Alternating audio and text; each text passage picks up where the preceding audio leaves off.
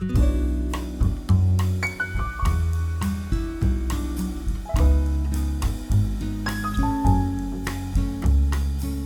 tardes. Nuestro último encuentro de este año. Eh, lo que vamos a hacer en virtud de lo que nos quedó colgado, que es el pobre Levinas, vamos a dar un pequeño seminario el año próximo, eh, de 2 encuentros, y después va a haber un seminario conjuntamente con otro profesor de la UNSAM, que vamos a trabajar el tema de fenomenología y Levinas. Y seguramente vamos a trabajar el tema de las diálogos talmúdicos, de las lecturas talmúdicas de Levinas. Así que Levinas va a esperar unos meses. Espero que no se ofenda el hombre. Bueno, y si se ofende, ¿qué vamos a hacer? Así es. Eh, bueno, vamos a empezar con Martin Buber, ¿sí?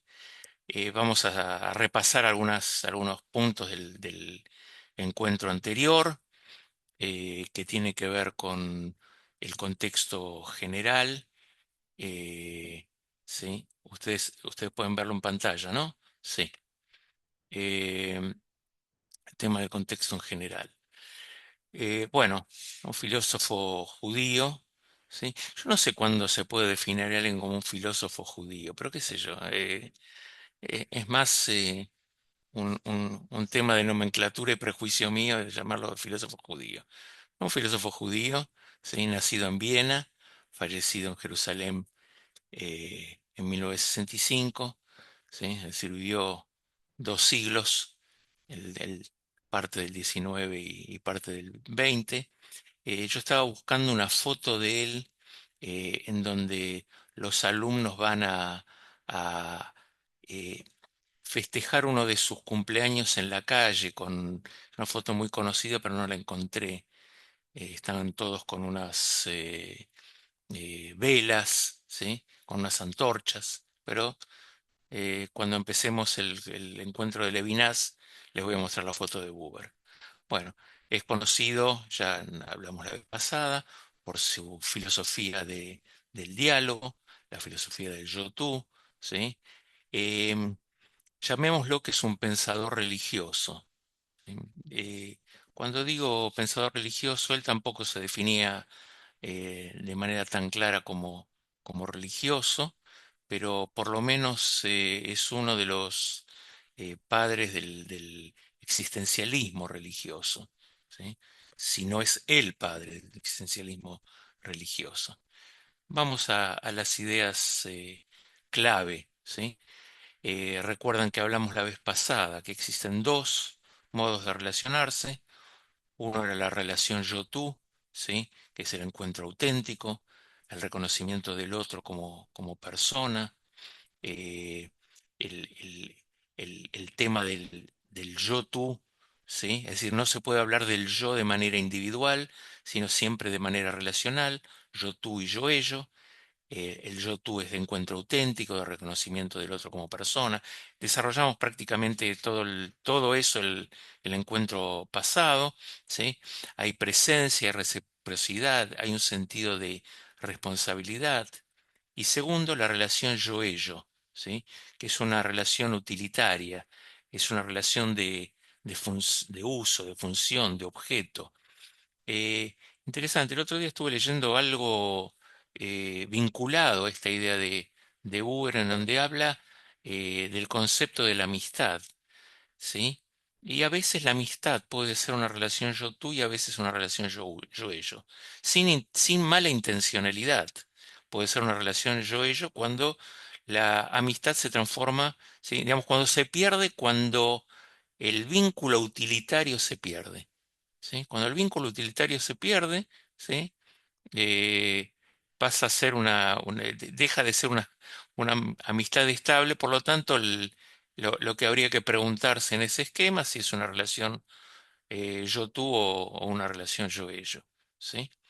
Bueno, eh, y tercero, vimos su pasión por el tema de los cuentos hasídicos, ¿sí? Eh, la importancia en su visión de la relación filosófica y social. ¿Recuerdan el movimiento jasídico? ¿Sí? Que habíamos hablado, es un movimiento que surge siglo XVII, siglo XVIII, como eh, una respuesta a una suerte de duelo que el pueblo judío había, el pueblo judío prácticamente en toda Europa y el Oriente Medio había sufrido a raíz de la, el desencanto con un personaje llamado Shabbatai Tzvi, pero el movimiento jasídico retoma esa, ¿sí? La búsqueda de una espiritualidad y prácticamente conforma algunas cuestiones que eh, van a estar alrededor de un personaje llamado el Rebe o el Tzadik, que no es específicamente un rabino, sino un líder, ¿sí? Que guía a las diversas congregaciones.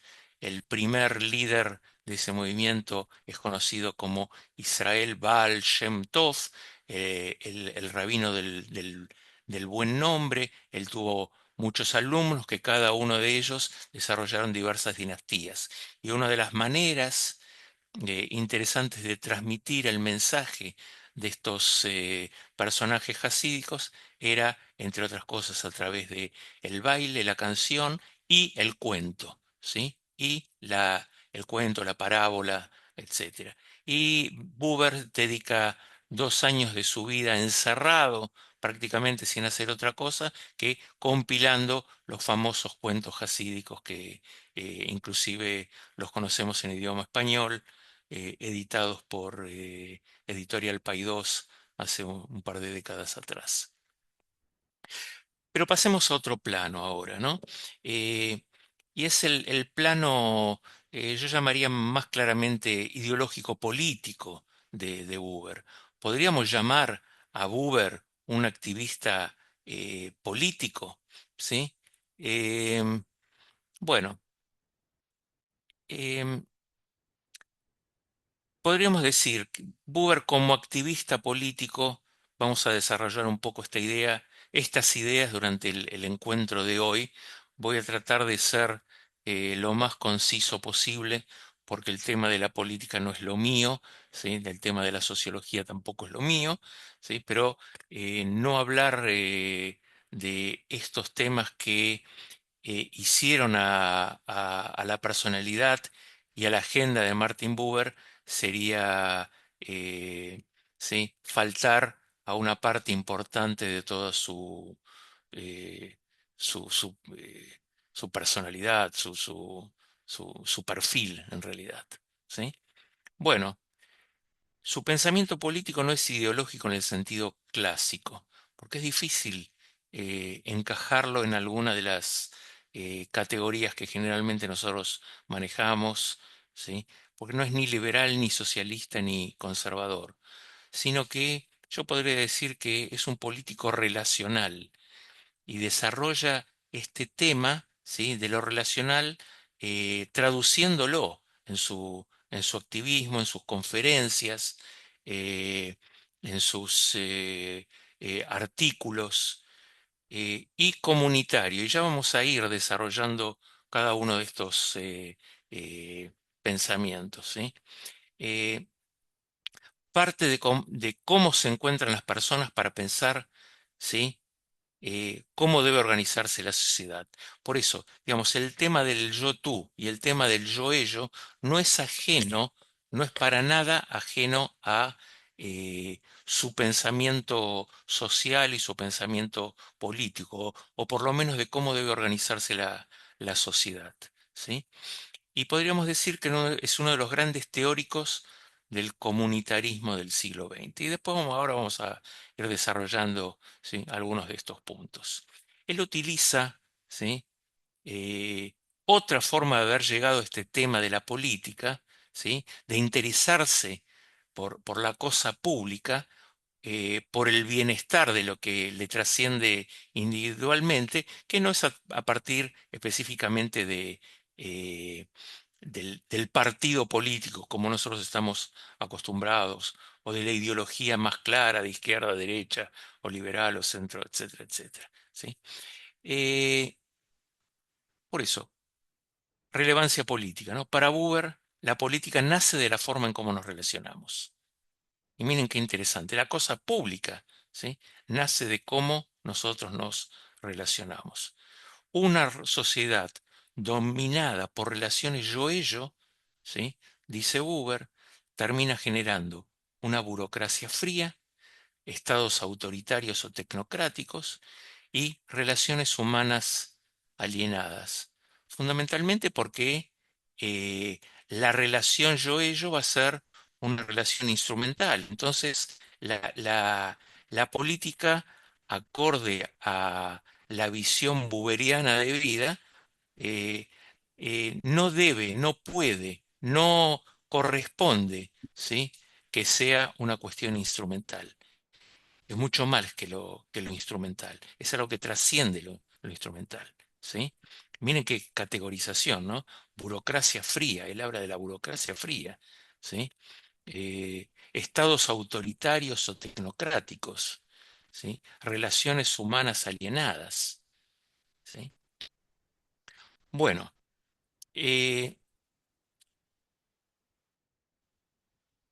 ahora, en cambio, una sociedad donde predomina la idea del yo-tú genera comunidades vivas, diálogo político y participación activa. ¿Sí? Es decir, para Buber, la política empieza en el entre las personas. ¿Sí? Es una relación entre las personas, no es un instrumento. ¿Sí? Es el vínculo entre las personas, no en los partidos ni en las instituciones. ¿Sí? Cuando uno tiene un vínculo que trasciende justamente esta cuestión institucional o partidaria, también sigue haciendo política. Y yo diría, para Buber esa es la política genuina, ¿sí? La verdadera Lujo. política. ¿Sí? Me parece que Susana Frita entró. Ahí está, perfecto. Eh, ¿Sí? Bueno, y de nuevo vuelve la idea de diálogo, ¿sí? El entre, ¿sí? Es la idea de diálogo, es lo que eh, se instala en esa idea de diálogo, ¿sí? El diálogo se pone en práctico donde, según Martin Buber, en la cosa pública, en esa cosa pública, ¿sí? Muy bien, como introducción, y ahora vamos a continuar con su pensamiento político aplicado. ¿Sí? El primer punto es el tema del comunitarismo y socialismo utópico. ¿Sí? Y él cree en las utopías, ya lo vamos a ver, porque él cree en las utopías. Admiraba el kibutz. ¿Sí? Ahora, después en un rato vamos a hablar de que, pese a que él nunca vivió en el kibutz, ¿sí? Nunca vivió en un kibutz, vivió en Jerusalén toda su vida. ¿Sí? Eh, ¿Qué es el kibutz? Son ejemplos de comunidad basada en cooperación para él, corresponsabilidad y vida compartida. ¿Sí? Rechaza, fíjense qué interesante, el socialismo estatal, rechaza la idea, ¿sí? Del Estado socialista. Dice que es demasiada centralización, ¿sí? En ese esquema de lo estatal, ¿sí? Hay una pérdida del individuo para él. ¿Sí? Y defiende un socialismo cooperativo y descentralizado. ¿Sí? Él lo llama socialismo de rostro humano. ¿Sí? El sentido del trabajo cooperativo eh, para él es eh, característico de una sociedad, llamémosla sana, ¿sí? De una sociedad en relación al tú-ello. ¿Sí? Simplemente para aquellos que no están tan informados o tan metidos en la cosa. ¿Qué es el kibutz? ¿Sí? Un kibutz es una eh, hoy día ya tomó otras formas, porque hay kibutzim en las ciudades, ¿sí? Hay gente que vive en un edificio de departamentos y compara la vida, pero originalmente, y esto Buber no lo conoció todavía, ¿no? Esa forma de vivir en una ciudad y vivir en un kibutz. Un kibutz es una comuna agrícola, ¿sí? Que si bien hubo intentos en otros lugares para su desarrollo, ¿sí? Fundamentalmente fueron característicos, ¿sí? De ciertos sectores de la sociedad de Israel. Uno escucha mucho hablar del kibutz, aunque de todos modos la población del kibutz en sus años, ¿sí? En sus momentos más álgidos, ocupaba nada más que el 3,7% de la población. Pero sin embargo, ¿sí? Era un ejemplo vivo, ¿sí? De una sociedad socialista, ¿sí?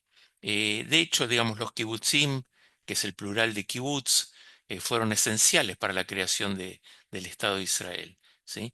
Y fueron un vector fundamental, una columna vertebral de la ideología sionista socialista, ¿sí? Los miembros del kibutz desarrollaron un modo de vida comunal, ¿sí? Que atrajo el interés de la opinión pública, porque la verdad que era el primer estilo el primer estilo no fallido de esa forma, de ese laboratorio, ¿sí? Socialista un poco más purificado que lo que podemos conocer detrás de las vetas de la vida urbana, ¿no? Eh, el primer kibutz fue fundado en el año 1909 por judíos originarios de Rusia, es el kibutz de Gania, ¿sí? Que queda en el centro norte del país. Eh, bueno, eh, eh, el kibutz fue siempre un lugar en donde el debate ideológico se daba de manera muy... se sigue, hoy ya no tanto, se sigue dando, pero se daba de una manera muy intensa, ¿sí? Eh, Algunos postulados básicos, ¿sí? Del kibutz. ¿Sí? Lo primero, como dijimos antes, hay un énfasis del trabajo agrícola, agrícola ganadero, ¿sí? Después está también como punto clave, tan importante como el trabajo agrícola, aunque el trabajo agrícola después se fue, se fue abandonando de alguna manera y los kibutzim empezaron a tener fábricas, ¿sí? Grandes fábricas que se fueron desarrollando en la tierra de Israel. Pero existe el segundo concepto, es el concepto de la propiedad colectiva, ¿sí? Tanto los medios de producción como los servicios y demás bienes pertenecen a todos los miembros del kibutz, ¿sí? En un principio se produjeron situaciones extremas, ¿sí? En donde hasta la ropa interior era compartida. Miren que, ¿sí? Qué socialismo tan extremista, hasta la ropa interior, no había ni siquiera eh, derecho a la propiedad privada de la ropa interior. Eh, bueno, pero poco después se les permitió, se dieron cuenta que era bastante inhumano, ¿no? Se les permitió a los miembros de tener ciertos bienes personales, eh, se pasó en el kibutz no se manejaba dinero, pero después con el tiempo ya cada uno empezó a tener una suerte de presupuesto mensual para gastos de índole personal, para algunos gustos, ¿sí? Imagínate si vos vivís en un kibutz, te gusta mucho el chocolate, ¿sí? Pero tenés 2 tablas de chocolate por mes y no puedes comer más de eso y necesitas, ¿sí? Y querés y te gusta, bueno, tenés un dinerillo para andar comprándote chocolate. Eh, para evitar la plusvalía, ¿sí? Los miembros del kibutz debían ser los dueños de los miembros de producción y también aportaban la fuerza del trabajo. Después con el tiempo también se empezaron a tomar empleados fuera del kibutz para trabajar, pero en principio, en su génesis, el kibutz tenía esa característica. Y después había un tema de salarios igualitarios, ¿sí? Tanto para los gastos personales como para los demás recursos, se distribuyen entre los miembros del kibutz según la pauta de cada cual, ¿sí? A cada cual recibe según sus posibilidades y según sus necesidades, ¿sí? No, cada cual otorga según sus posibilidades y recibe según sus necesidades. Después otra característica es que los puestos del kibutz son rotativos, ¿sí? Especialmente los altos puestos del kibutz. El secretario general de un kibutz, porque tiene una organización, un kibutz tiene una secretaría general que distribuye los trabajos, distribuye ¿sí? el presupuesto, etcétera, etcétera, rota entre los miembros del kibutz. Son elegidos esos cargos, ¿sí? Y después las decisiones que se toman en asamblea, ¿sí? Son decisiones absolutamente democráticas en donde existe una asamblea en el kibutz, ¿sí? Una vez por mes, una vez cada 2 meses, y se toman las decisiones de eh, cómo va a ser la distribución, inclusive si hay alguien que quiere salir a estudiar, ¿sí? Quiere ir a la universidad. Bueno, la asamblea decide si puede ir a estudiar o no. Bueno, eso genera muchos conflictos, pero bueno, pero es una suerte de una especie de ideal de lo que se pretende del kibbutz. Bueno, sigamos un poco con Buber, ¿no? eh, en cuanto a la crítica al Estado. Él desconfía del Estado moderno, ¿sí? Porque tiende a tratar eh, a las personas como ellos y no como tú. El Estado trata, ¿sí? En esa cuestión instrumental, el Estado trata a las personas como ellos y no hay una relación tú. Entonces, él propone, ¿sí? Una sociedad formada desde abajo hacia arriba. ¿Sí? Redes comunitarias, participación directa, autogestión, ¿sí? Lugares más, yo diría hasta más pequeños, más humanizados, en donde eh, ese canal de diálogo pueda fluir de manera más sana, más natural, ¿sí? Eh, y este es un punto, lo que vamos a ver ahora, ¿sí? Importante sobre el cual yo tengo una postura, pero considero que en el ámbito académico, por lo menos en este encuentro, en estos encuentros, no voy a expresar mi postura, aunque muchos pueden imaginarse, ¿no? Que es su visión sobre el conflicto árabe-israelí, árabe-judío, ¿sí? Él fue miembro de un movimiento llamado Brit Shalom, ¿sí? Que fue un movimiento a favor de un Estado binacional árabe-judío en Palestina. ¿Sí? Estamos hablando de los años 1920, 1930. Él rechazaba la idea de un Estado exclusivamente judío. Por eso él hablaba de un Estado binacional. ¿Sí? Defendía la convivencia mediante el diálogo, la igualdad de derechos y proyectos comunes, ¿sí? Y creía que la seguridad nacía de las relaciones humanas auténticas, ¿sí? No solo de fronteras o ejércitos. Ya vamos a hablar de esto un poco más adelante. Eh, Continuemos con el desarrollo de estas ideas de la política como diálogo, ¿no? Para Buber, el político auténtico es un mediador, un mediador. Miren el- el- el poder que tiene esa palabra, ¿no? Alguien que abre espacios para el encuentro y no un técnico del poder.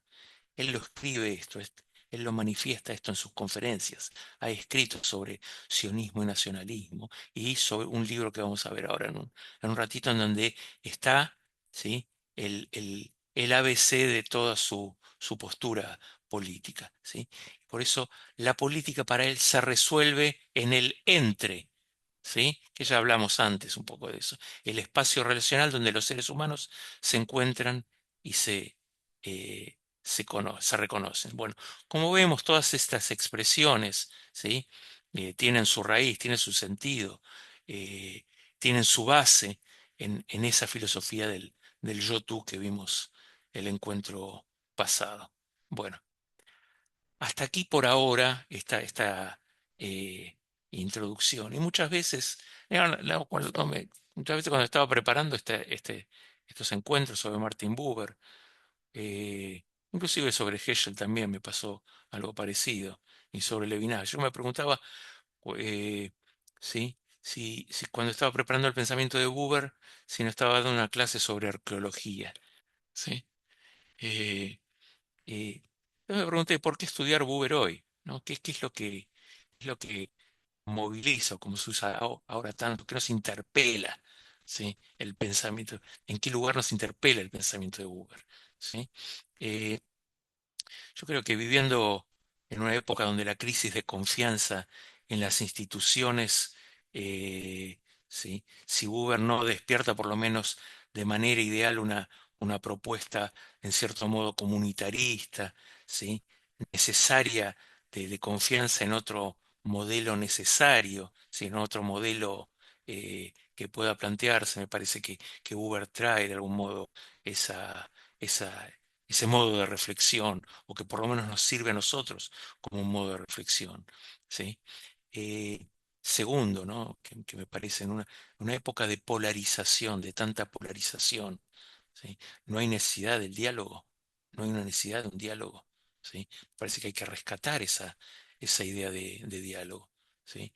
Eh, y tercero, en una época miren, lo digo esto por internet y resulta hasta contradictorio y absurdo, pero en un periodo de encerramiento y fundamentalmente de individualismo digital, ¿no? La lectura de Buber me parece que es un recordatorio de esta importancia del encuentro personal. Desde ahí, ¿no? Yo me pregunto cuánto daño nos ha hecho la pandemia, y todavía cómo sufrimos sus consecuencias, ¿no? Eh, una buena manera, me parece, de poder volver a releer a Uber, haciendo crítica, criticándonos a nosotros mismos alrededor de cómo nos comportamos hoy en relación a el periodo de la pandemia, ¿no? Eh, bueno, y por último, ¿no? En una época en donde se exacerban justamente los conflictos identitarios, ¿sí? Si no hay una necesidad de desempolvar un modelo de convivencia basado en esa cuestión del diálogo, del reconocimiento mutuo. Entonces, por eso me parece que hay conceptos que vale la pena destacar, ¿sí? Al día de hoy. Eh, bueno, seguimos un poco con esto, ¿sí? Diálogo genuino. Sí, yo diría, si podemos hacer un resumen, ¿no? Eh, de lo que vimos hasta ahora, y vamos a continuar. Diálogo genuino versus diálogo instrumental. Política como relación, no como estructura, ¿sí? No como estructura política, sino como relación. Comunidades vivas versus burocracias impersonales. Y reconocimiento del otro como fundamento democrático, ¿sí? Yo diría que esto es una suerte de resumen hasta aquí de lo que vimos, ¿sí? Por eso, como conclusión a a esta primera parte, ¿sí? Martin Buber ofrece una visión política centrada fundamentalmente en la relación humana, ¿sí? Donde la sociedad se reconstruye desde la autenticidad del encuentro, ¿sí? Su pensamiento permite repensar la democracia, la convivencia y el papel del Estado desde una perspectiva ética, comunitaria y profundamente humana, ¿sí? Yo les recomiendo que lean, si tienen en casa, algunas obras de Buber. Se van a dar cuenta inclusive reportajes que le hicieron a Buber, ¿sí? Que están tan publicados, que vale la pena eh, ir eh, los reportajes dicen lo que los libros específicamente no dicen, o articulan mejor el pensamiento, ¿no? Eh, Porque ¿qué le preguntaría yo a Uber? Bueno, ya se lo preguntaron, ¿no? Bueno, metámonos ahora en su obra filosófica política, que es Caminos de Utopía. Caminos de Utopía, vamos a hacer un repaso sobre este libro, ¿sí? Este es su libro político, ¿sí? Si es que podríamos llamarlo así. Fue publicado en 1946. eh, justo después de la finalización de la Segunda Guerra Mundial. eh, y Caminos de Utopía responde a una pregunta fundamental, ¿sí? ¿Cómo construir comunidades humanas vivas en un mundo destruido por el totalitarismo y por la mecanización social? ¿Sí? Ni más ni menos. ¿Cómo construir comunidades humanas vivas en un mundo destruido por el totalitarismo y por la mecanización social? ¿Sí? La obra articula una crítica del socialismo autoritario, ¿sí? Él es muy anti, yo diría, por lo menos estalinista, ¿sí? Eh, Después, eh, una segunda, un segundo nivel del libro tiene que ver con el desarrollo de la historia, ¿sí? De los intentos comunitarios, ¿sí? De vida comunitaria, o por lo menos de eh, formas en donde las comunidades pequeñas hacían su estilo de vida, y una propuesta de socialismo cooperativa basado en la relación yo-tú. ¿Sí? Ese es eh, si yo tengo que sistematizar el libro, ¿sí? Lo leí, lo volví a leer hace un mes, y este es eh, el esquema prácticamente del libro, ¿sí? Es su obra política más sistemática, ¿sí? Eh, o mejor dicho, su única obra política sistemática, ¿sí? Eh, Aunque el orden varía, ¿sí? Según la edición, eh, los ejes principales del libro son: uno, la crítica al socialismo y al colectivismo moderno; dos, historia del comunitarismo y de los movimientos cooperativos; tres, la idea de comunidad como alternativa social; cuatro, lo que ya vimos pero vamos a volver a verlo, el kibutz como ejemplo vivo de una utopía concreta; y cinco, la propuesta de un socialismo cooperativo y dialogal, ¿sí? Para Buber, la verdadera transformación social no precede ni del Estado ni del individuo aislado, sino de la comunidad viva, ¿sí? De una comunidad viva, creada por relaciones auténticas entre personas. Relaciones auténticas, nos referimos a relación yo-tú, ¿sí? Vayamos ahora a la tesis, ¿sí? A la tesis central de Caminos de Utopía. Buber se opone, ¿sí? Al individualismo liberal, al colectivismo autoritario y al socialismo burocrático, ¿sí? Su apuesta es un socialismo de rostro humano, como dijimos antes, nacido desde abajo, ¿sí? Para Buber, el socialismo del siglo XIX, de Marx a Lenin, ¿sí? Eh, y a posteriori, ¿sí? Termina traicionando sus ideales, porque él desarrolla y sostiene que uno, confían demasiado en el Estado, ¿sí? Confían demasiado en el Estado. Todos estos socialistas, todos estos teóricos del socialismo, ¿sí? Que nosotros conocemos, confían demasiado en el Estado. El Estado se convierte en un administrador de la vida humana, un poder centralizado, una burocracia que trata a las personas como ellos, ¿sí? Eh, y es el triunfo de la moda, del modo de relación yo-ello en el plano político, ¿sí? Eh, Seguimos. Dos, se confunde colectividad con comunidad. Y acá Laura me va a tener que ayudar. La idea de Gemeinschaft y la idea de Gesellschaft. Yo lo traduje así como colectividad, ¿sí? O mejor dicho, una masa, ¿sí? Masa en el buen sentido, organizada desde arriba, y Gesellschaft, una comunidad, vínculo vivo entre personas reales. ¿Está bien la traducción? Como En, colectividad de... en realidad, Gemeinschaft Sí, suele entenderse como comunidad porque es aquello común, es aquello que ajá, abarca lo que es lo como por el Gemein, es decir, sí, es aquello que. abarca lo común o que reúne lo común. En cambio, Ujú. Gesellschaft es lo que solemos decir por sociedad, Ajá. Bueno, pongan entonces porque, el cartelito al revés.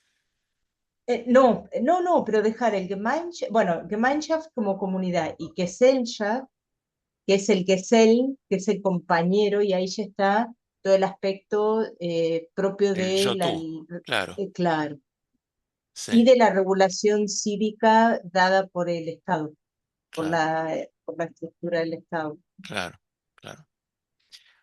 Esto está muy bien desglosado en el diccionario de Koselleck Ah, y ok. hace claro, y hace justamente la historia de la palabra, de los Sí, términos, a sí. partir de cómo va modificando un término el concepto al que refiere. Ujú. Entonces sería mejor, como más preciso decir que Gemeinschaft, traducirlo por comunidad, teniendo Sí, presente esto, que es la reunión del bien, es decir, alrededor del bien común o de los bienes comunes. sí. Y Gesellschaft Y como sociedad. sociedad, ya Sí, entendiendo cómo que es él es el compañero, compañera, pero en tanto persona cívica ya. claro, claro. Ya se introduce Sí, sí. lo ciudadano en el sentido de el citoyen. Yo recuerdo Karl Mannheim que trabaja el tema también, pero Mm, lo recuerdo, no, no. eh, bueno, yo sigo, ¿no? con Buber, ¿sí? Eh, para él, ¿sí? El tema de toda la teoría materialista del materialismo dialéctico, ¿sí? Lleva a lo siguiente. Marx pone el acento en la economía, Lenin en la organización del partido y Stalin en el del Estado, ¿no? Y esta es la crítica que él va a hacer. Porque para Buber lo que falta es el factor relacional, ¿sí? La transformación ética de las relaciones. Socialismo real, ¿sí? Dice Buber, solo ha producido eh, eh, Gemeinschaft, ¿sí? Solo ha producido Gemeinschaft, eh, eh, ¿sí? No comunidades. No, al revés, perdón, Gesellschaft, no comunidades. Sí, sí, sí, sí. Bueno, después de haber pasado por mi tortuoso alemán, pasamos a una segunda parte, ¿sí? Historia de los intentos comunitarios, ¿sí?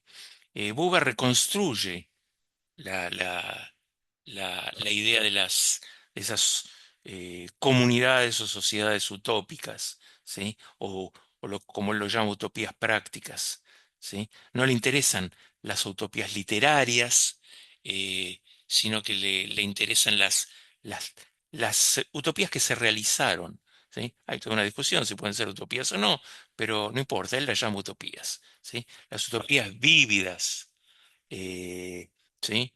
Eh, y en este caso él haría una historia de las utopías vividas, ¿sí? Pero le interesan las utopías vívidas.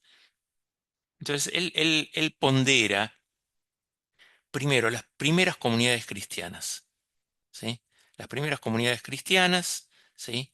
Que tienen como característica para él la vida en común, ¿sí? Esa vida en comunidad, la fraternidad, el reparto de bienes. Eh, Dos, los movimientos heréticos y medievales, como los valdenses, los cátaros, los uteritas, ¿sí? Que son comunidades, después búsquenlas, comunidades de vida compartida, ¿sí? Eh, eh, y hace un raconto de los utopistas modernos, ¿sí? Robert Owen, sí, que es uno de los padres del cooperativismo, Fourier y los falansterios, Proudhon y el mutualismo, y Kropotkin y el anarquismo cooperativo, ¿sí? Pero eh, para Buber estos eran antecedentes significativos, pero para él el más significativo es el socialismo de guildo, el socialismo de los gremios, ¿sí? Productores organizados en gremios autónomos, que son las verdaderas cooperativas para él, ¿sí? Que hay un control directo del trabajo, federaciones cooperativas, ¿sí? Y esto alimenta su idea de un socialismo descentralizado, ¿sí? La idea de que no es a través del Estado, sino a través de el trabajo de los gremios, ¿sí? Eh, Esta idea la toma esencialmente de de la vida en Gran Bretaña, ¿sí?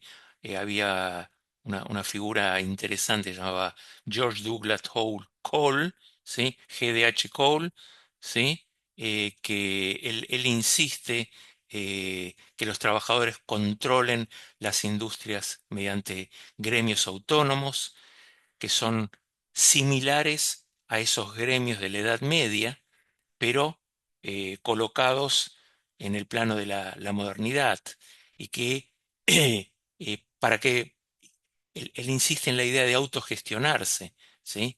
Eh, en la producción, en la distribución, en las condiciones laborales, eh, bueno, buscando una democracia industrial y una descentralización del poder estatal. Vayamos a la tercera parte del libro, el concepto de comunidad, ¿sí? Eh, para Buber, como ya dijimos, la comunidad no es masa, ¿sí? La masa es amorfa. La comunidad se compone de individuos plenamente reconocidos, ¿sí? Hay una necesidad de ser reconocido en la comunidad, de que es plenamente reconocido, ¿sí? La comunidad no se decreta, no puede surgir por orden del Estado, no establece, ¿sí? No es por ley que se establece una comunidad, solo nace del encuentro yo-tú. Tercero, comunidad de trabajo. La verdadera comunidad surge cuando la gente trabaja junta, ¿sí? Comparte responsabilidad y participa directamente en las decisiones. Por eso él va a insistir y vamos a, ya a volver a verlo, la idea del kibutz. Y la comunidad como célula del orden social, ¿sí? Las comunidades, él dice, debe existir una federación de comunidades, ¿sí? Las comunidades deben federarse de manera ascendente. Primero la comunidad, después de la federación de comunidad y la existencia de una estructura social mayor, ¿sí?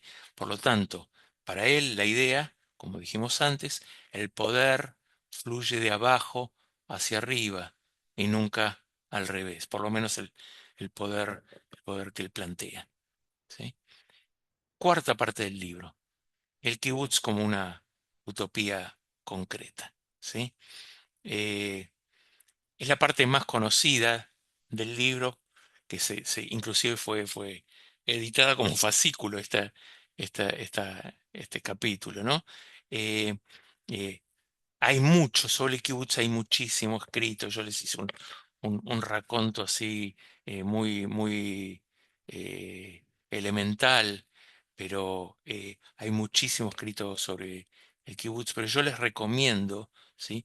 Para entender el espíritu del kibutz, que lean Los niños del sueño, ¿sí?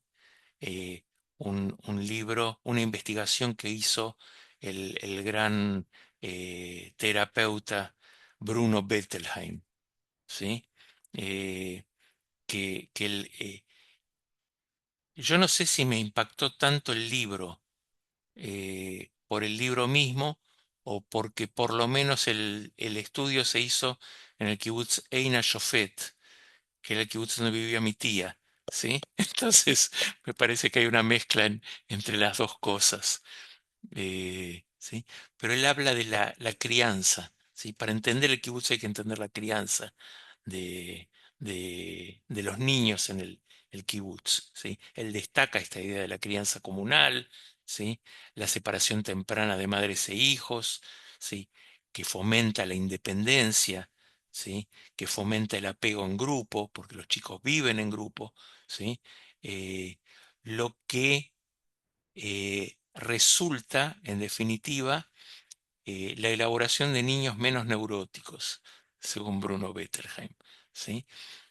Pero también él habla de, por otro lado, hay una contraparte, cuáles son las dificultades que presenta, ¿sí? Y que a veces el concepto del trabajo en el kibutz es tan, ¿sí?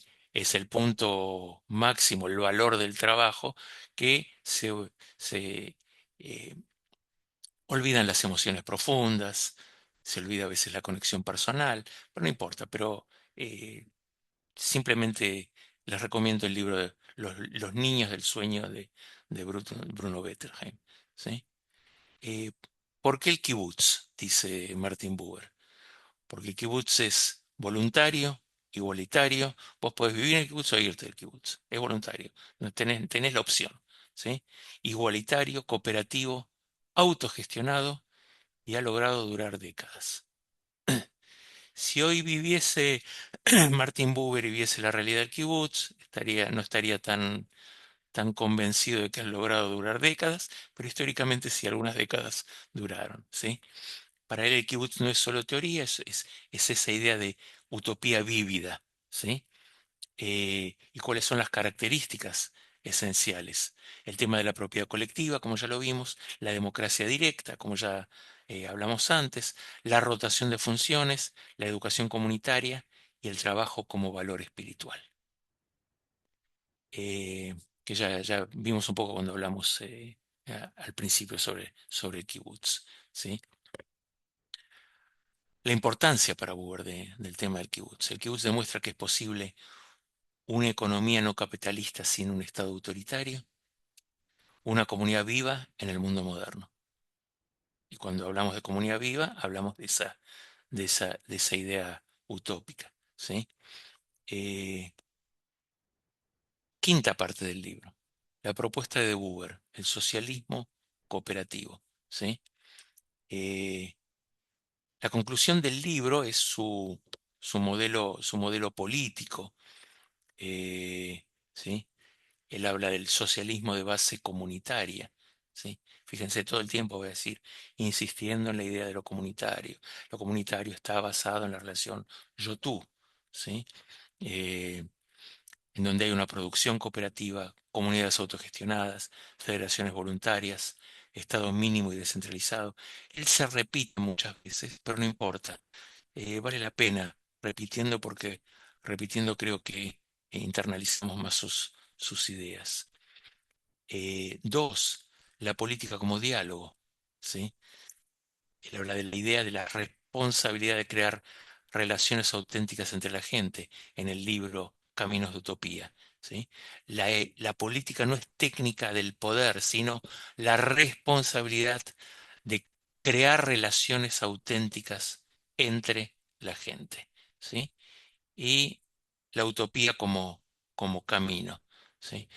Él dice, la utopía verdadera no se encuentra al final del camino, sino en el propio caminar. Algo parecido, eh, dijo Eduardo Galeano, la utopía está en el horizonte, camina 2 pasos, ella se aleja 2 pasos y el horizonte se corre 10 pasos más allá. Entonces, ¿para qué sirve la utopía? Para eso sirve para caminar. Lo interesante es que eh, Buber lo escribió en el 46, ¿sí? Y Galeano habrá sido en los 60 o 70, ¿sí? Yo no voy a decir que lo copió de ahí, pero por lo menos eh, seguramente habrá tomado alguna idea, ¿sí? Eh, bueno, en definitiva, para Buber la utopía no es un destino final, ¿sí? Sino un horizonte que orienta la práctica, ¿sí? Bueno, aportes fundamentales del libro, ¿sí? Uno, supera la dicotomía individuo-colectivo. Dos, reivindica la comunidad como fundamento político. Tres, propone una alternativa al socialismo estatal. Cuatro, defiende utopías practicadas. Él dice, no, esto no es imposible que no ocurra. Puede ocurrir, se puede llevar a cabo, ¿sí? Y ofrece un modelo político dialogal no burocrático. Obviamente, ¿sí? Que a Buber le mordieron la yugular cuando salió con este libro.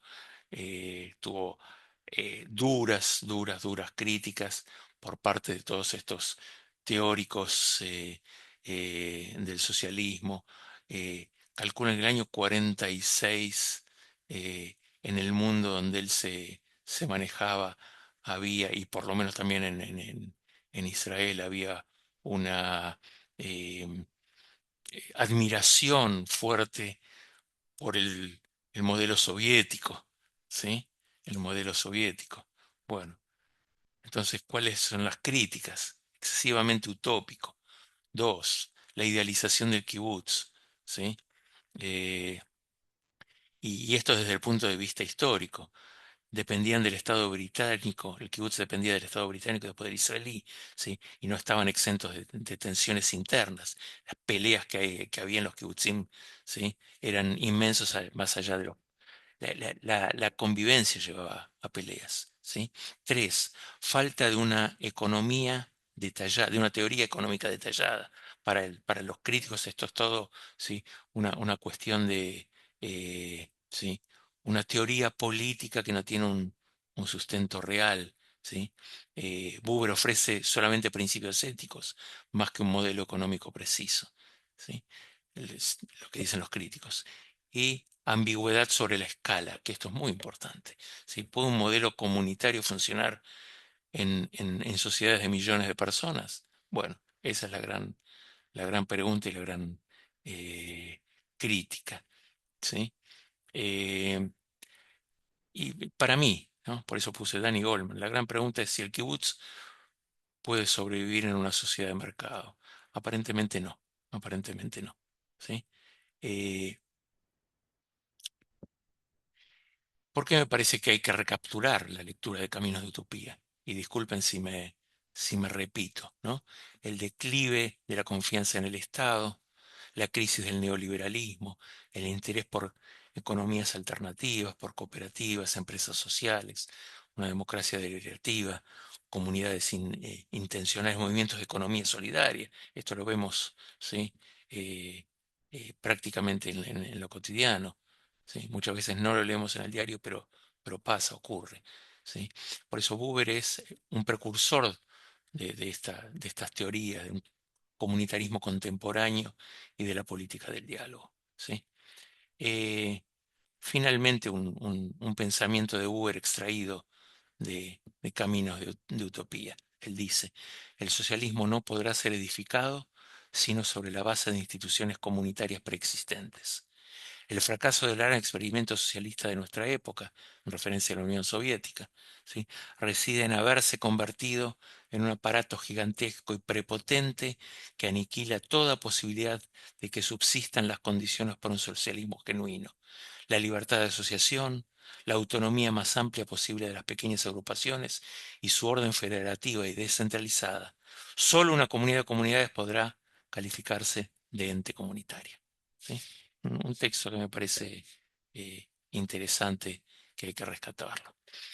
Bueno, eh, pasemos ahora al otro tema que también fue para Buber y algunos otros intelectuales un punto importantísimo en su pensamiento y que hicimos una referencia antes, ¿sí? Buber y el conflicto árabe judío.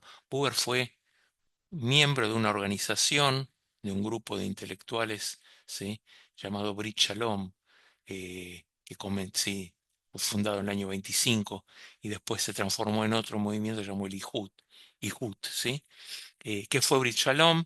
Es un origen fundado en Palestina alrededor de 1925 por intelectuales que eran todos profesores de la Universidad Hebrea de Jerusalén, ¿sí? Buber, Gershon Scholem, Arthur Rupin, Akiva Simón, combinaban, ¿sí? El judaísmo, el sionismo y el socialismo, buscando un acuerdo con los árabes palestinos. eh, Podemos discutir si se llamaban palestinos o no se llamaban en esa época palestinos, pero eran árabes que vivían en la tierra de Israel. ¿Sí? El objetivo era convertirse en un foro, ¿sí? Este movimiento Brit Shalom, para discutir y lograr la plena igualdad de derechos y autonomía nacional para judíos y árabes. Y el legado, ¿sí? Aunque disuelto en 1933, su visión de una solución binacional influyó en grupos posteriores, como ese grupo que recién nombré, el Ihud, que llama, Ihud quiere decir unión, Brit Shalom quiere decir pacto de paz, perdón que no lo traduje, ¿sí?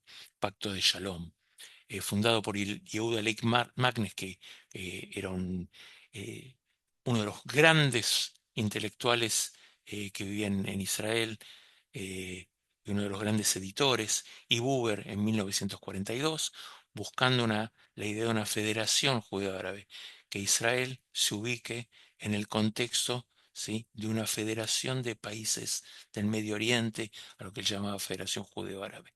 ¿Sí? Eh, bueno, la conexión entre Buber y Brit Shalom, o lo que Buber sostenía, ¿sí?, era el esfuerzo por una forma de sionismo que no fuera exclusivista, ¿sí?, sino inclusiva, en armonía con la población árabe local, eh, promoviendo la paz, el diálogo, la cooperación mutua. Bueno, eh, caminos de utopía. Bueno, pero eh, simplemente defendía el Estado binacional con igual de derechos.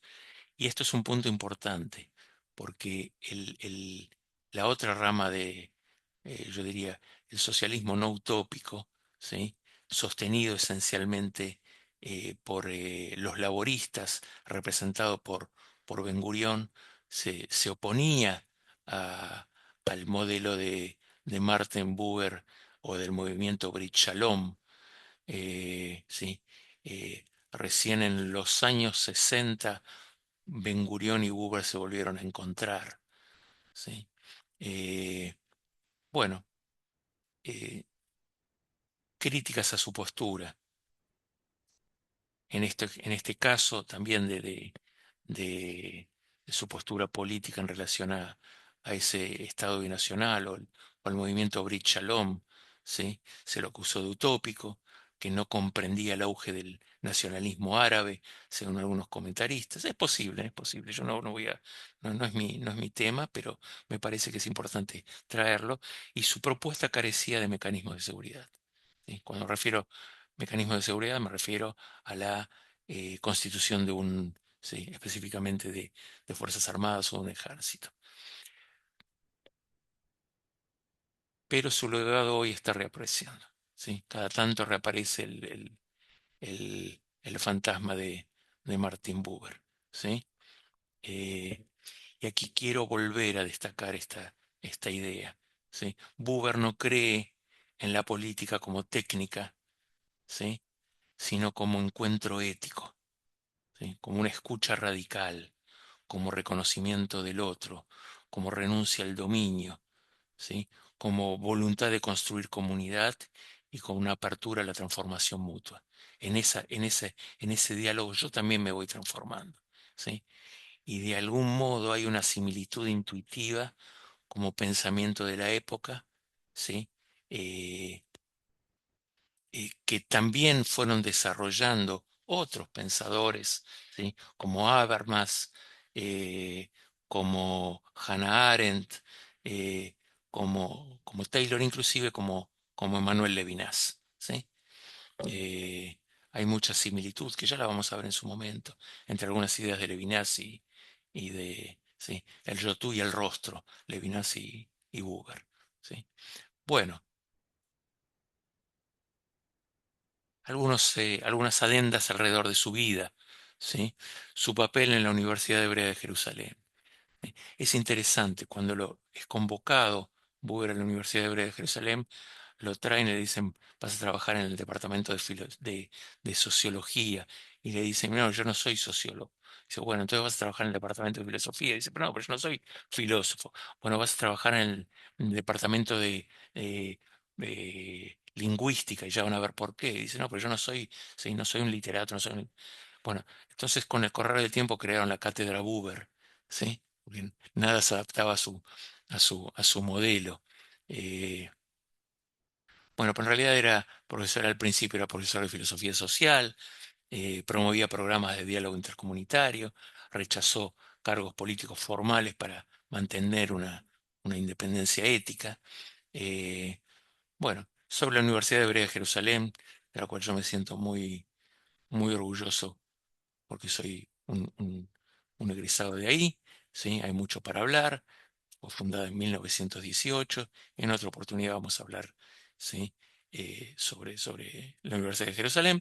Pero vamos ahora rápidamente pasar a cierta tensión, que son sí, las cartas que se mandaban Ben Gurión y él, en varias cartas entre el 47 y 49, Buber advierte el peligro del militarismo, ¿sí? Él hace una crítica al militarismo y la necesidad de un proyecto binacional aún después de la guerra, y esto se refleja en esas cartas entre Ben Gurión y Buber que se pueden encontrar en Internet.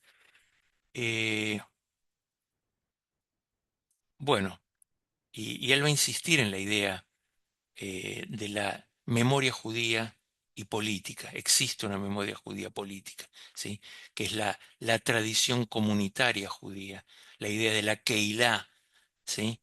Que mal se traduce como comunidad, pero en realidad es otra cosa, es una forma de vida comunitaria. El profetismo, el debate rabínico, también para él son modelos, ¿sí? de vida comunitaria. El mundo jasídico, ¿sí? Todas esas cosas van modelando su visión política. Simplemente, obras de Buber que sí podemos a los cuales podemos acceder. Hay mucho escrito, mucho publicado de Buber, inclusive en idioma español, muchas de sus conferencias, pero yo diría, para arrancar, el que quiere, el libro, el Yo Tú, ¿sí? Base de su filosofía, el problema ¿sí? El problema del hombre, que también fue editado por Fondo de Cultura Económica, en los breviarios del Fondo de Cultura Económica, y El Eclipse de Dios, ¿sí? Que es un pequeño tratado, sí, yo diría, teológico, ¿sí? Eh, sobre que ¿sí? Él lo escribe después de la Segunda Guerra Mundial, esto, o por lo menos lo repasa después de la Segunda Guerra Mundial. Cuál es el lugar de Dios detrás de lo ocurrido en la Shoah, en el Holocausto?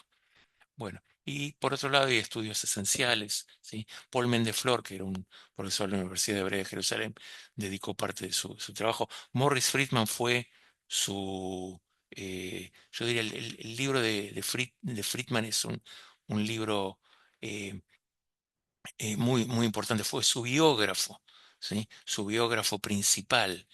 Eh, eh, Hay varias versiones de Una vida en diálogo. eh, Hay uno que en castellano se llama eh, Al borde del desfiladero, caminando al lado del desfiladero, una cosa así, ¿sí? Después hay otros trabajos que valen la pena repasar sobre, pero esos son los estudios esenciales de él, ¿sí? Ahora vayamos, ¿sí? Por último, y vamos a ir terminando este encuentro y estos, eh, estos encuentros sobre estos pensadores judíos, sobre el tema de la Biblia al alemán. ¿Sí? El trabajo, la traducción de Buber y Rosenzweig, Franz Rosenzweig, de la Biblia al alemán. ¿Sí? Eh, ¿Cómo traducirías, Laura? Die Schrift, las escrituras, ¿no? Las escrituras. Lo interesante que está en singular es la escritura. La escritura, claro, claro. Y Sí, también es interesante ver, como dice, aus dem Hebräischen verdeutscht von Martin Buber gemeinsam mit Franz Rosenzweig, que está, en vez de decir traducido, es decir, traducido del hebreo, ponen pasado al alemán, verdeutscht, claro, sí, alemanizado sí, desde el hebreo por Martin Buber en sí, conjunto con sí, Rosenzweig. Eso sí. es Vos sabés que súper interesante. en Yiddish muchas veces se utilizaba esa palabra que se decía traducido, en realidad se decía Bataich, Claro, que es Bataich, Verdeutsch, ¿no? Que sí, es lo mismo que Fatoich, que es del Verdeutsch. Deutsch, claro, sí, Claro, sí, es pasado al alemán, es sí, traducido al sí, alemán. sí, sí, sí, sí, Sí, es muy sí. Lo interesante que pasa eso, es que los que sí. hablaban Yiddish creían que hablan mejor alemán que los alemanes, eso sí. Claro. Bueno, eh, antes de la Primera Guerra Mundial, ¿sí? Martin Buber empezó a considerar esta idea de traducir la Biblia hebrea para que pueda volverse más accesible a los judíos secularizados, ¿sí? eh, a los judíos secularizados de Alemania, ¿no? Eh, los años de la guerra eh, le impidieron hacer este trabajo, eh, y en 1925 Buber recibe una solicitud de un editor cristiano, ¿sí? Eh, llamado Lambert Schneider, ¿sí? Quien quería empezar con su propia editorial, con una traducción justamente de la Biblia hebrea, eh, eh, y le propone a Martin Buber la tarea, ¿sí? Para Buber, él lo siente esto como un signo, ¿sí? Un signo de los tiempos, y lo convoca a Franz Rosenzweig a trabajar con él. Franz Rosenzweig, no sé si conocen todos la vida de Franz Rosenzweig, pero Franz Rosenzweig tuvo lo que hoy llamaríamos ELA, ¿sí? Sufrió de ELA.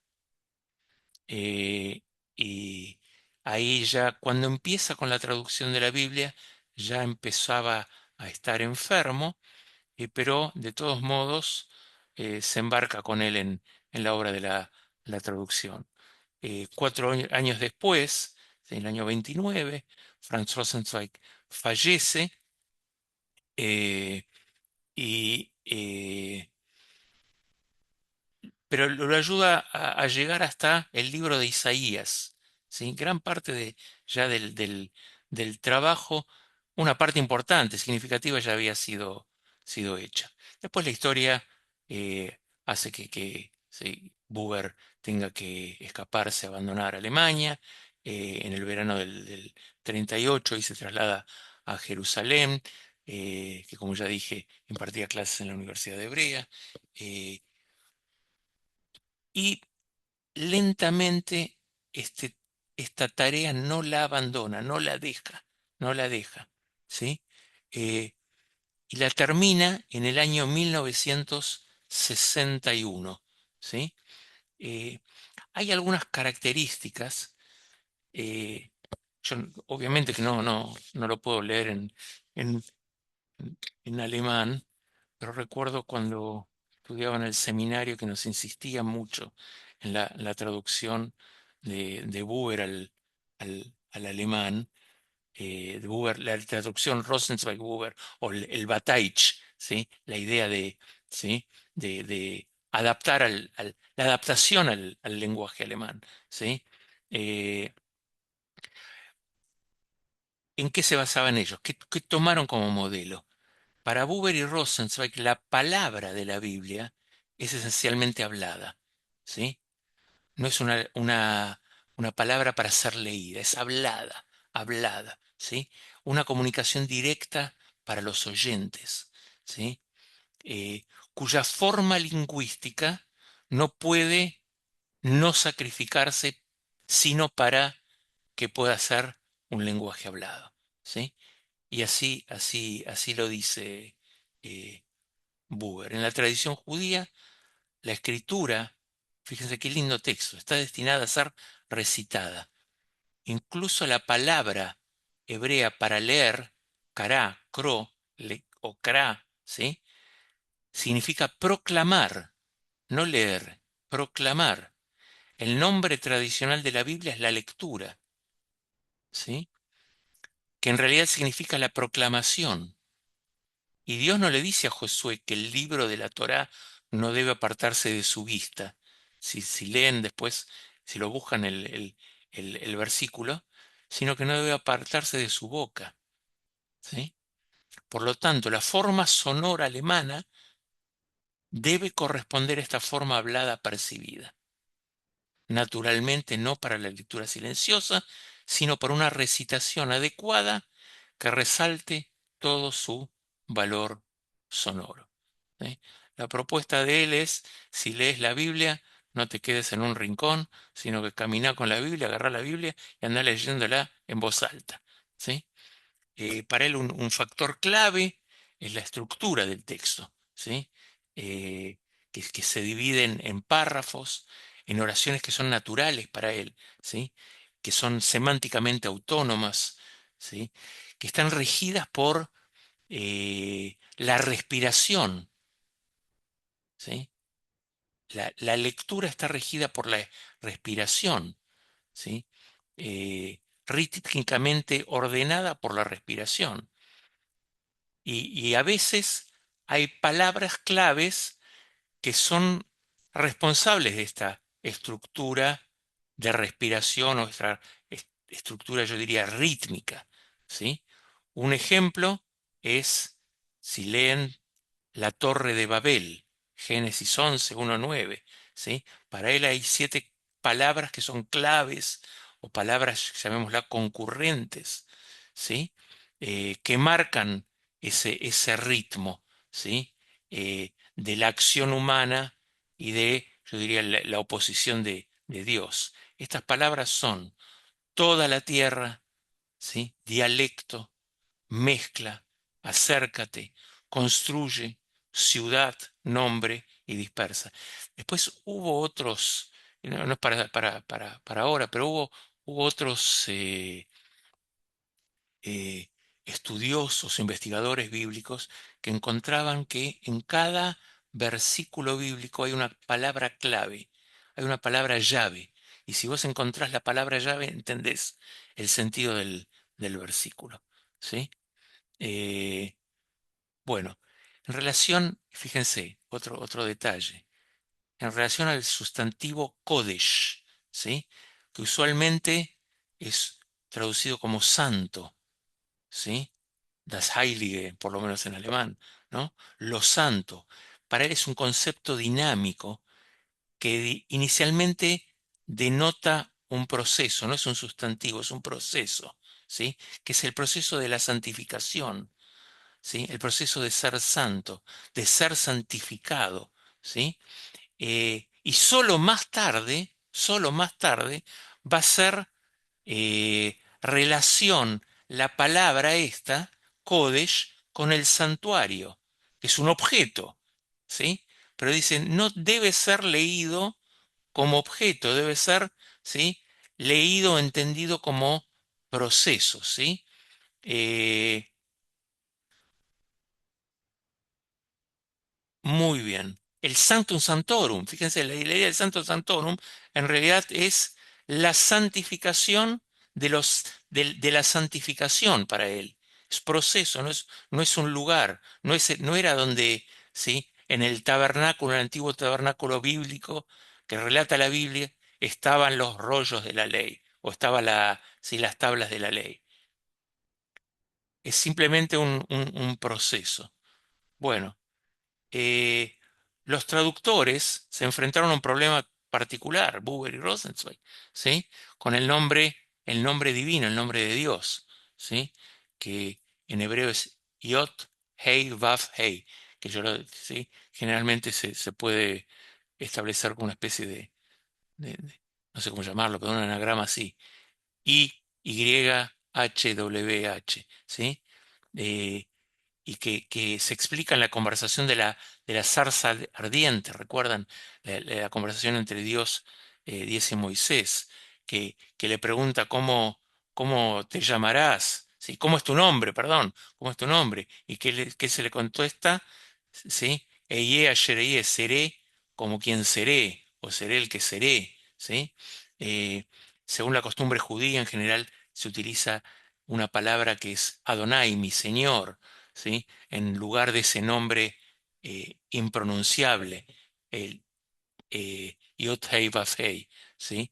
Eh, bueno, pero partiendo de la fórmula original del Yod Hei Vav Hei, ¿sí? Ellos van a tomar eh, la expresión Ya o Yahoo, ¿sí? Que es una, fíjense, el Yahoo justo, ¿no? Eh, que algún pícaro lo habrá tomado de ahí, me imagino, ¿sí? Que es una simple exclamación que se traduce o que lo traduce él como oh Dios o oh él, ¿sí? Buber y Rosenzweig eligieron el pronombre personal que describe a Dios en su presencia permanente con el que al pueblo se dirige, ¿sí? Yo, tú o él. ¿sí? Él, y no por nada, ¿sí? Utiliza la idea de, eh, eh, eh, la relación yo-tú o relación yo-ello. Y él va a decir, la relación yo-tú, ¿sí?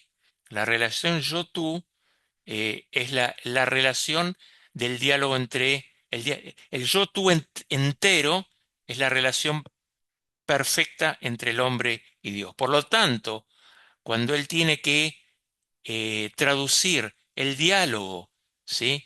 entre los personajes bíblicos y Dios, lo traduce como yo-tú, ¿sí? Como yo-tú. Eh, muy bien. Eh,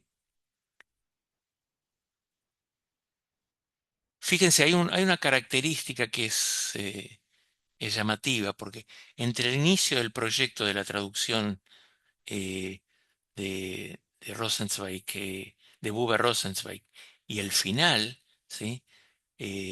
Se produce la Shoah, el holocausto, ¿sí? Eh, con una insondable carga en la sociedad alemana, inclusive en la traducción, ¿no? O en el pensar en el idioma alemán, ¿no? Y cuando termina la traducción en febrero del 61, ¿sí? Buber invita a algunos amigos de él a su casa en Jerusalén, ¿sí? Y su viejo amigo Gershon Scholem, ¿sí? Eh, que todos deben recordarlo, comentó que esta traducción podría haber sido en realidad algo así como un regalo de despedida, ¿sí? Que los judíos alemanes podrían haber dejado al pueblo alemán, ¿sí? En un acto simbólico de gratitud al partir, ¿sí? De Alemania. Pero las cosas resultaron diferentes, ¿sí? Eh, y le dice eh, Scholem a Buber, los judíos para quienes usted tradujo la Biblia ya no existen, ¿sí? La propia lengua alemana, dice, ha experimentado una profunda transformación en esta generación, ¿sí? Y por ahí inclusive la idea, dice, de las utopías también, las utopías lingüísticas o de traducción lingüística también fueron abandonadas. Entonces, Buber le responde citando una carta en la que Franz Rosenzweig, en una suerte de premonición de lo que estaba por venir, hablaba de cómo, según la Biblia, incluso después de 70 años de exilio babilónico, ¿sí? Eh, cómo en la Biblia es posible hablar de un nuevo comienzo, hablar de un nuevo comienzo. El texto dice así. No me parece que la escritura tenga que esperar 70 años, porque es el tiempo del exilio babilónico. Pero el proselitismo, sí, absolutamente. Normalmente me opongo radicalmente a todo proselitismo, pero puedo aceptar esta misión que no se trata del judaísmo ni del cristianismo, sino de la verdad original común, de cuyo resurgimiento depende el futuro de ambos. La escritura es proselitismo, y ya hay indicios de que tendrá éxito. Bueno, de este modo, ¿sí? Concluimos el encuentro de los dos encuentros de Buber. eh, y bueno, continuamos el año próximo, ¿sí? Con los dos encuentros de Levinas y todas las sorpresas que la escuela de hermenéutica nos va a seguir dando, ¿sí? A cada uno de nosotros. A cada uno de nosotros en ese sentido de yo-tú, ¿sí? El profundo sentido de yo-tú.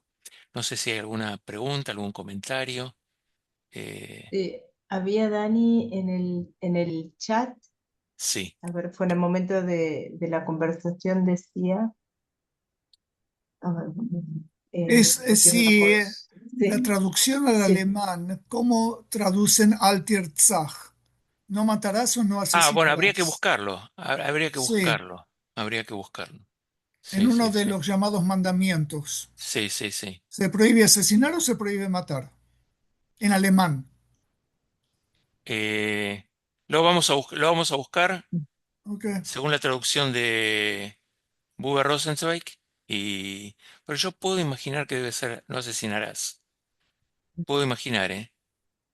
Puedo imaginar. Es lo que correspondería. Sí, sí, sí, sí, sí, sí. Muy bueno, Dani, gracias. Bueno, gracias a ustedes. Gracias a ustedes. Y Dani, solo como comentario, sí, querida. nada, que me llamó la atención que termina de traducirlo, de adaptarlo al alemán en el 61, en febrero, y el 13 de agosto se comienza a construir el muro. Ah, mirá, Así que como mirá. señal de no diálogo. Sí, sí, sí, sí. Qué Wow, fuerte eso. tremendo. Sí, sí. Así que, Bueno, bueno, gracias a un todos. abrazo a todos Sí. y nos Buen seguimos año. viendo. Un buen Nos año. volvemos, sí, un buen año y reciben las noticias de cuando reiniciamos. Ok. Bárbaro, Un gran gracias, Gracias. abrazo a Dani. todos, ¿eh? Un Gracias. cariño, Chau, un chau. cariño. Chau, Chao, Chao. gracias. chao. Chau.